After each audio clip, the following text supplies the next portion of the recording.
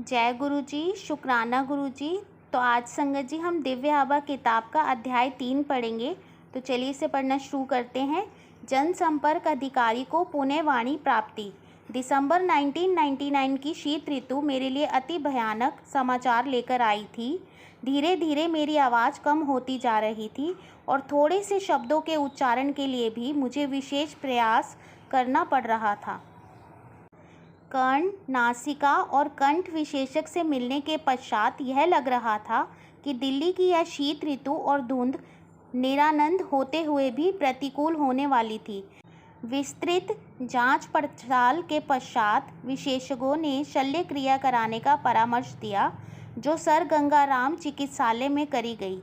मेरी बायोप्सी का परिणाम आने पर हमारी आशंका की पुष्टि हो गई। कंठ में मेरी सूजन असाध्य प्राणघातक कर्कट रोग बन चुका था। जब मेरी वाणी विकृत होने लगी, उसके मात्र 2 मास पश्चात मैं जैसे नर्क में पहुंच गया था और इसका कारण समझ पाने में असमर्थ था। मैं सिगरेट, मद, तंबाकू या पान का सेवन नहीं करता था, पर ईश्वर ही पालक है। अपनी शल्य क्रिया के पश्चात 3 सप्ताह के विश्राम काल में, जिसमें मुझे कुछ भी बोलने की मनाही थी, मैं गुरुजी की शरण में रहा। मैं और मेरी पत्नी, हम दोनों गुरुजी के पास मेरी दुर्दशा की अवस्था में पहुँचे थे, किंतु उससे पहले एक और परीक्षा देनी थी। चिकित्सालय से आने के बाद 5वें दिन मेरी गुरुजी के पास जाने की अटूट अभिलाषा जागृत हुई। संयोग से उस दिन अत्यधिक वर्षा हो रही थी।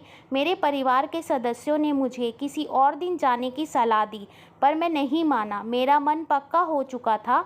मेरे अंदर उसी दिन जाने की आवाज़ उठ रही थी। एम्पायर स्टेट से गुरुजी के स्थान तक चलते हुए एक अद्भुत सुख का आभास हुआ। गुरुजी अपने रंगीन लंबे लबादे में अपने स्थान पर आसीन थे। हमारा परिचय करवाकर हमें रासिक रक्तिम कालीन पर आसन ग्रहण करने को कहा गया। गुरबानी के पवित्र शब्द वातावरण में रस घोलकर उसे और मधुमेह कर रहे थे। एक स्नेह है किंतु ओजस्वी ऊर्जा पूरे कमरे में फैली हुई थी। कुछ समय पश्चात चाय प्रसाद वितरित हुआ। उसके एकदम बाद गुरुजी ने हमें बुलाया और मेरी घबराई हुई पत्नी को कहा, जा तेरे हस्बैंड नू 50% ठीक कर दिता, टेस्ट फिर करा ले। उस समय यह विश्वास करना सरल नहीं था कि वह असाध्य रोग ठीक हो गया था, पर हमने गुरुजी की सलाह मानी। बायोप्सी की शेष 4 स्लाइड में से 2 एम्स में दी और 2 मुंबई स्थित टाटा संस्थान में भेजी। 1 सप्ताह पश्चात परिणाम आने पर हम पुणे एम्पायर एस्टेट गए। हमारे प्रवेश करते ही गुरुजी मुस्कुराए और बोले, क्यों डॉक्टर कंफ्यूज हो गए? यह तथ्य था। दोनों संस्थानों से आए हुए निष्कर्षों ने मुझे स्वस्थ घोषित कर दिया था। प्रथम चमत्कार हो चुका था। उसके पश्चात चिकित्सकों ने रोग लक्षण प्रयोगशाला के निर्णयों की अवहेलना ना कर उपचार पूरा कराने को कहा। मैंने निश्चित कर लिया था कि अब कोई भी उपचार गुरुजी के कथनानुसार नहीं होगा। आगे यह हुआ, गुरुजी ने मुझे मिर्चों से भरा हुआ लंगर खाने को कहा। चिकित्सकों के अनुसार, जिन्होंने मुझे केवल उबला हुआ खाना खाने के निर्देश दिए थे, मिर्चें निषेध थी। गुरुजी ने मुझसे उच्चारण भी करवाया और घोषित कर दिया कि मैं पूर्णतः स्वस्थ हूँ। गुरुजी के परामर्श पर मैं विकिरण चिकित्सा करवाता रहा, परंतु मुझ पर कोई दुष्प्रभाव नहीं पड़ा। मुझे कभी कोई उबकाई नहीं हुई। मेरा हीमोग्लोबिन सदा सामान्य से ऊपर रहा।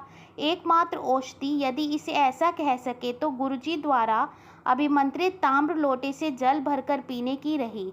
इस क्रिया में पूरी रात्रि जल भरकर रखने के पश्चात प्रातःकाल आधा पीकर शेष से स्नान करना था। इस अति साधारण क्रिया पद्धति से मैं पूर्ण स्वस्थ हो गया।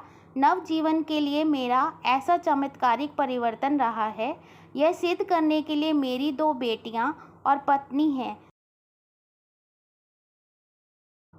जय गुरु जी, शुक्राना गुरु जी। संगत जी, अगर आपको सत्संग अच्छा लगा है तो आप प्लीज़ इस वीडियो को शेयर कीजिए, चैनल को लाइक कीजिए और सब्सक्राइब कीजिए। जय गुरु जी, शुक्राना गुरु जी।